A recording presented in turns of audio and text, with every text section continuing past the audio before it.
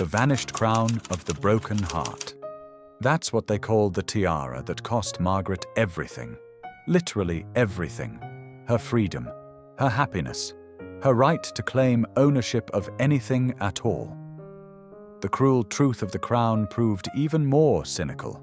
The princess was used as a living mannequin for jewels, and after she passed away, millions in turquoise and diamonds vanished without a trace. This missing tiara isn't just an ornament. It's a symbol of how the monarchy breaks people, lets them wear treasures but never truly own them. The crown took from Margaret even what she thought was her inheritance. But the story turned out darker than it first appears. Picture this. A royal jewel worth millions simply disappears. No trace. No explanation. Princess Margaret's Persian turquoise tiara, adorned with the rarest turquoise and diamonds, vanished after 2002. Nobody knows where it is. The royal family stays silent. Experts speculate. The tiara seems to have dissolved into thin air. But to understand the truth, we need to go back to the beginning. To the moment when a little girl became a princess overnight. To a story that started with a king giving up his throne for love. To jewels that witnessed the most unusual fate in the British monarchy. 1930. A baby girl named Margaret Rose is born into the royal family, an ordinary aristocrat, the king's niece. Her future seems predictable. Balls, society events, a good marriage, no throne, no power. Her father, George VI, stands second in line after his older brother. A quiet life as Duke of York lies ahead. Then something interesting happened. King George V passed away. The crown went to his eldest son, Edward VIII. Everything followed protocol. The new monarch was expected to marry an aristocrat, produce heirs, rule for decades. Margaret would remain just the king's niece. The next owner changed the jewelry's destiny. But first came the unbelievable. Edward VIII ruled for only 10 months. Then he did what no one expected from a British monarch. He gave up the throne. For a woman, for American actress Wallis Simpson. The crown passed to his younger brother. And here's where things get crucial. Margaret's father became King George VI. The girl, at 6 years old, became second in line to the British throne, right after her older sister Elizabeth. Her status changed overnight. Now she was a king's daughter. Now her life would never be the same. Documents reveal an unexpected turn. Around this same time, her parents gave Margaret her first significant piece of jewelry. A necklace of turquoise and pearls. An unusual choice for a royal family that traditionally preferred diamonds and emeralds. But there's more. Turquoise in royal houses was always considered special. Persians believed it protected against misfortune.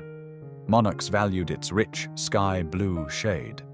The Victorian era made turquoise a symbol of loyalty and nobility. For the young princess, this necklace became the start of a collection that would become world famous. A decade later, things changed. Margaret transformed from child to young woman. She was about to receive a gift that would outshine all previous jewels. A tiara. But this tiara had its own remarkable history, one that began long before the princess was born. The story started over a century ago. In the early 20th century, the famous jewelry house Garrard created a luxurious set. Persian turquoise of the highest quality, diamonds of flawless clarity, a tiara, necklace, and brooches, a true masterpiece of jewelry art.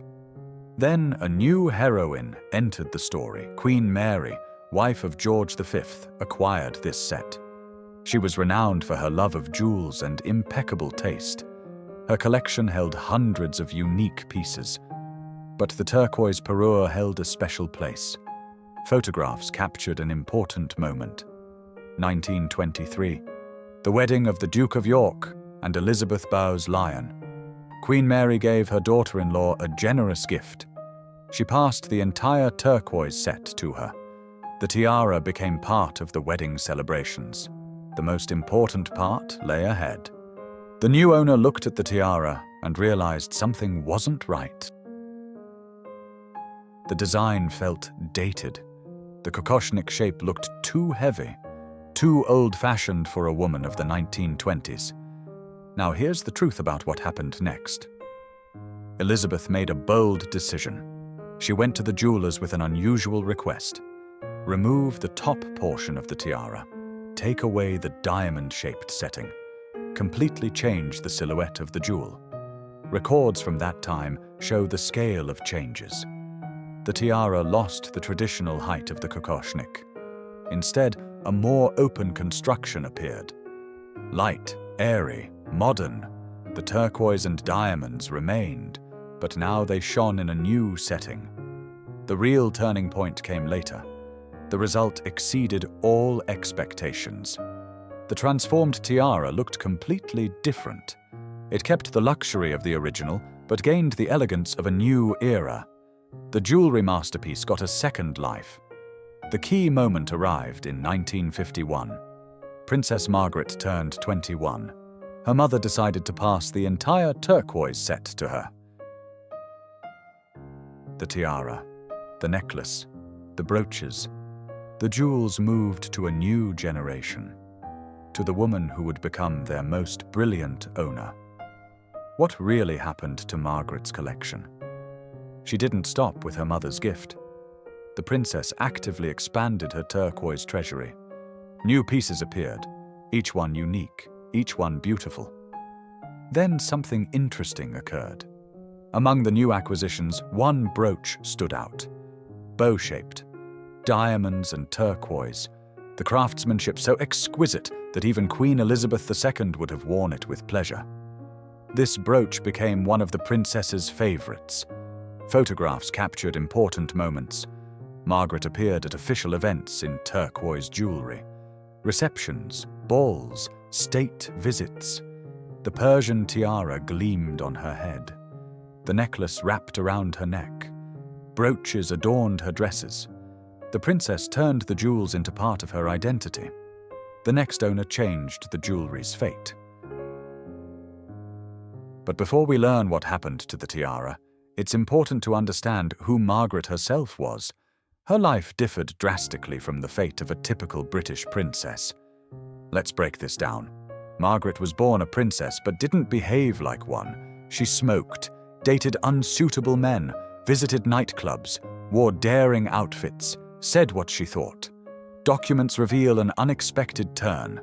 The royal family expected restraint from her. Society demanded propriety. But Margaret lived by her own rules.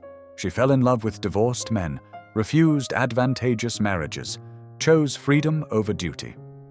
A decade later, the situation changed. The princess's life didn't become happier. A failed marriage, divorce, press scandals, loneliness. Behind the outer glamour hid sadness. Behind the luxurious jewels lay the complex fate of a woman who just wanted to be herself. And here's where things get crucial. 2002. Princess Margaret passed away at 71. She left behind an enormous jewelry collection, hundreds of pieces, millions of pounds sterling.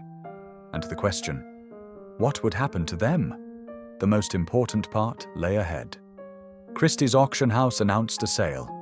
Many of Princess Margaret's jewels went to auction. Collectors from around the world prepared to bid. The press published sensational coverage. Then something interesting happened. The bow-shaped brooch with diamonds and turquoise sold. A new owner acquired the luxurious piece. The price remained confidential, but experts spoke of hundreds of thousands of pounds. Records from that time show a different fate for the childhood necklace. Those same turquoise and pearl beads Margaret received at 6. They weren't sold at auction.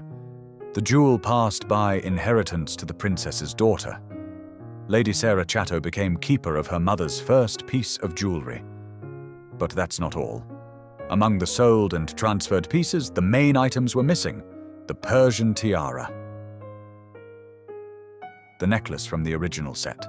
another brooch from the parure. They didn't appear at auction.